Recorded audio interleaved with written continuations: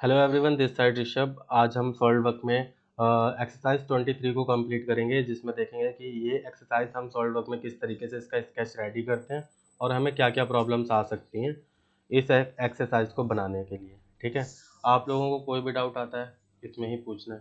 ठीक है, तो स्टार्ट करते हैं। फर्स्ट हमें यहाँ पे देखते हैं, हम अपनी कोई भी ड्राइंग बनाते हैं, कोई भी स्केच बनाते हैं, क्या करते हैं सबसे पहले हम स्केच को रीड करते हैं कि हमें स्केच को स्टार्ट कहाँ से करना है। अब मैंने इस स्केच को रीड किया तो हमें लगता है इस स्केच को मैं इस वाले पॉइंट से स्टार्ट करूँ। ये जो दो सर्कल नज़र आ रहा है, रेडियस 25 रेडियस 8 के, पहले ये दो सर्कल बना लेते हैं, है ना।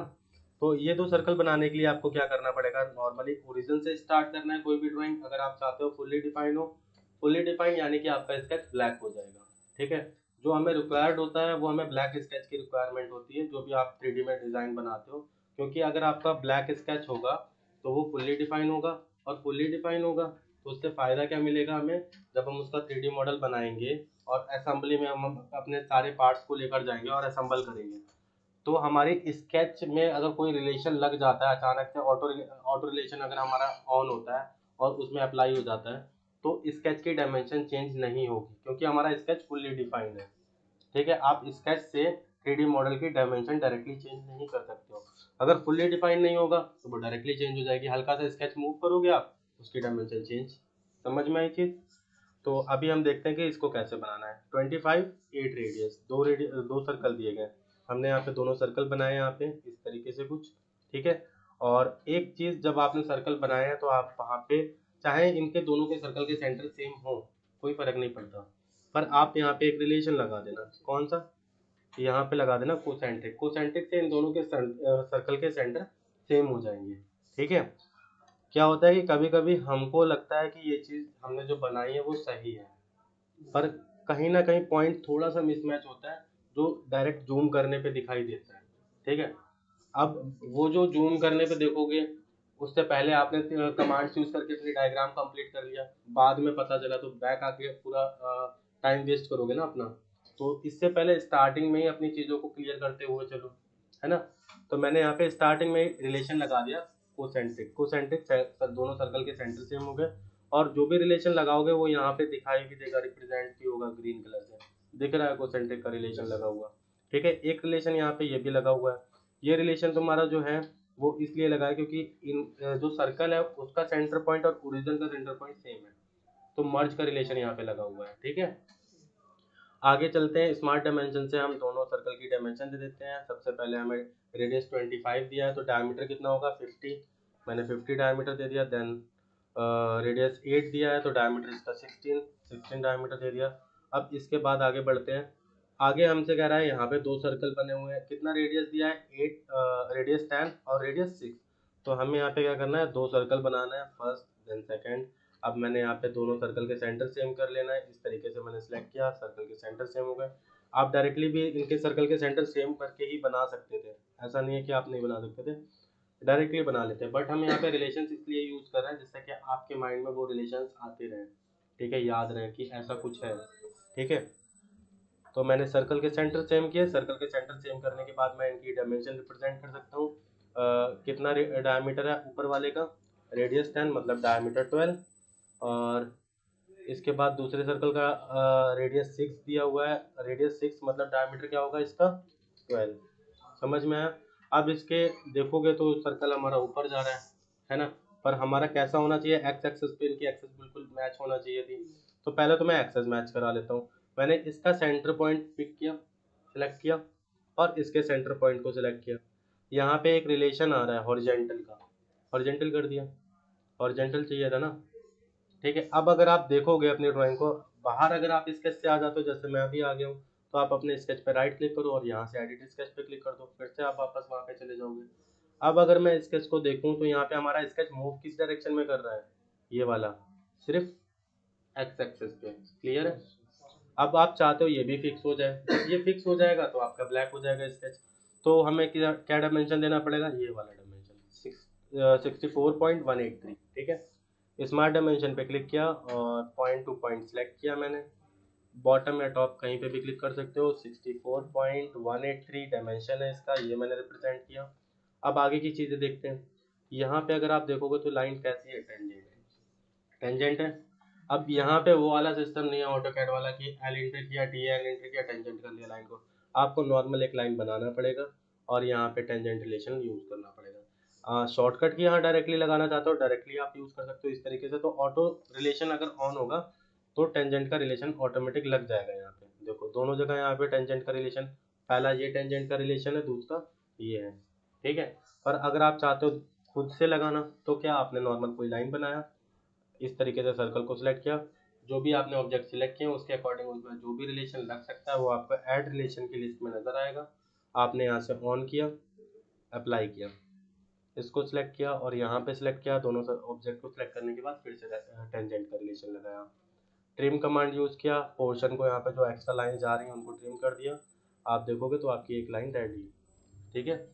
अब इसके बाद नीचे भी तो टेंजेंट लाइन ही है, टेंजेंट लाइन बना लो उसको। फिर कैसे बनाना है, अब मैं डायरेक्टली यूज कर ले रहा हूँ फर्स्ट, देन यहाँ पे कहीं क्लिक कर देते हैं सेकंड।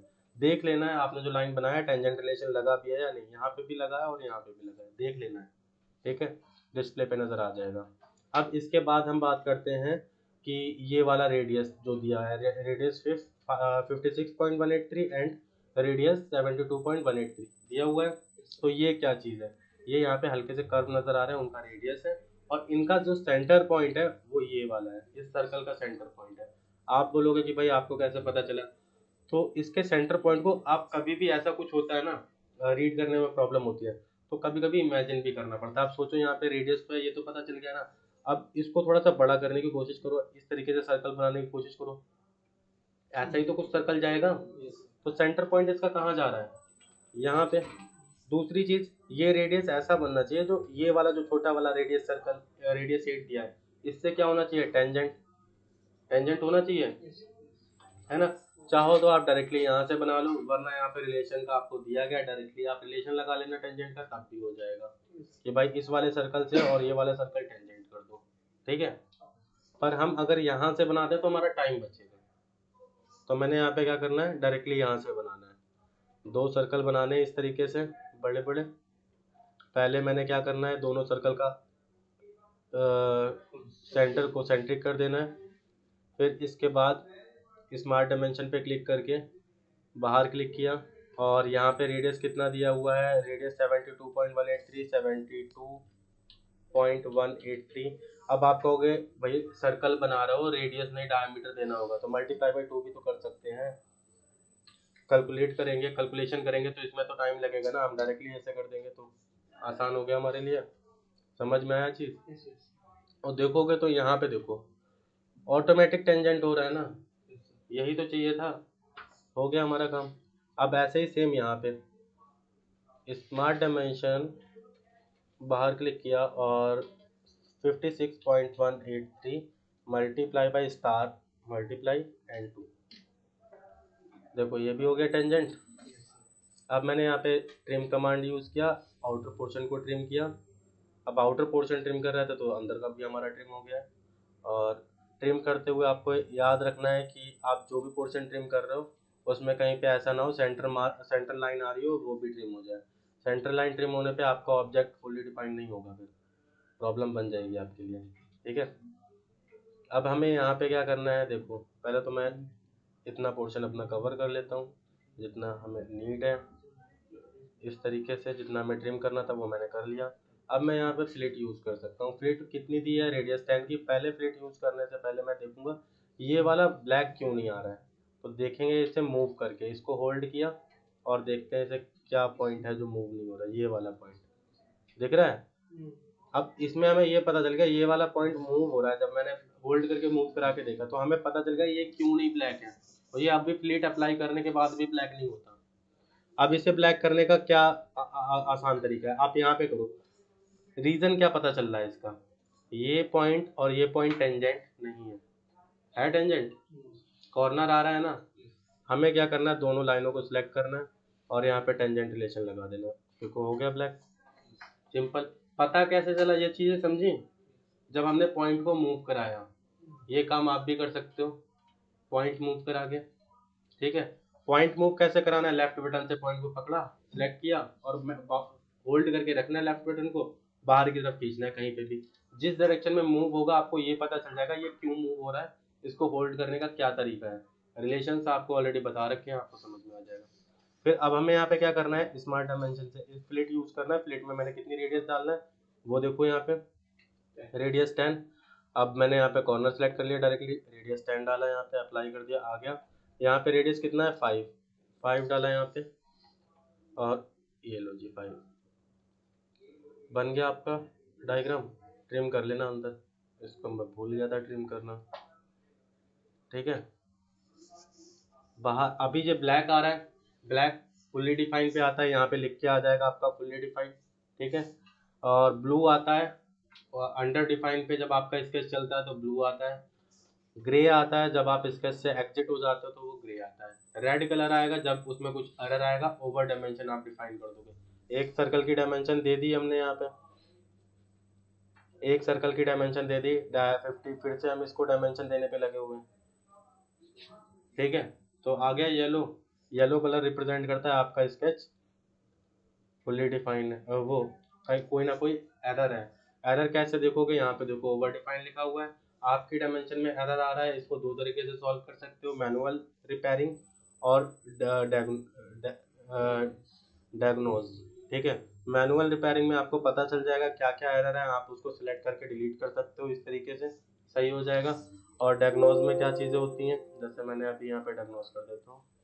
इसमें आपको यहाँ पे जाओगे बताएगा किस चीज़ को डिलीट करना है, यहाँ पे कट करके आ जाएगा, ये दिखा दिया इसने यहाँ पे।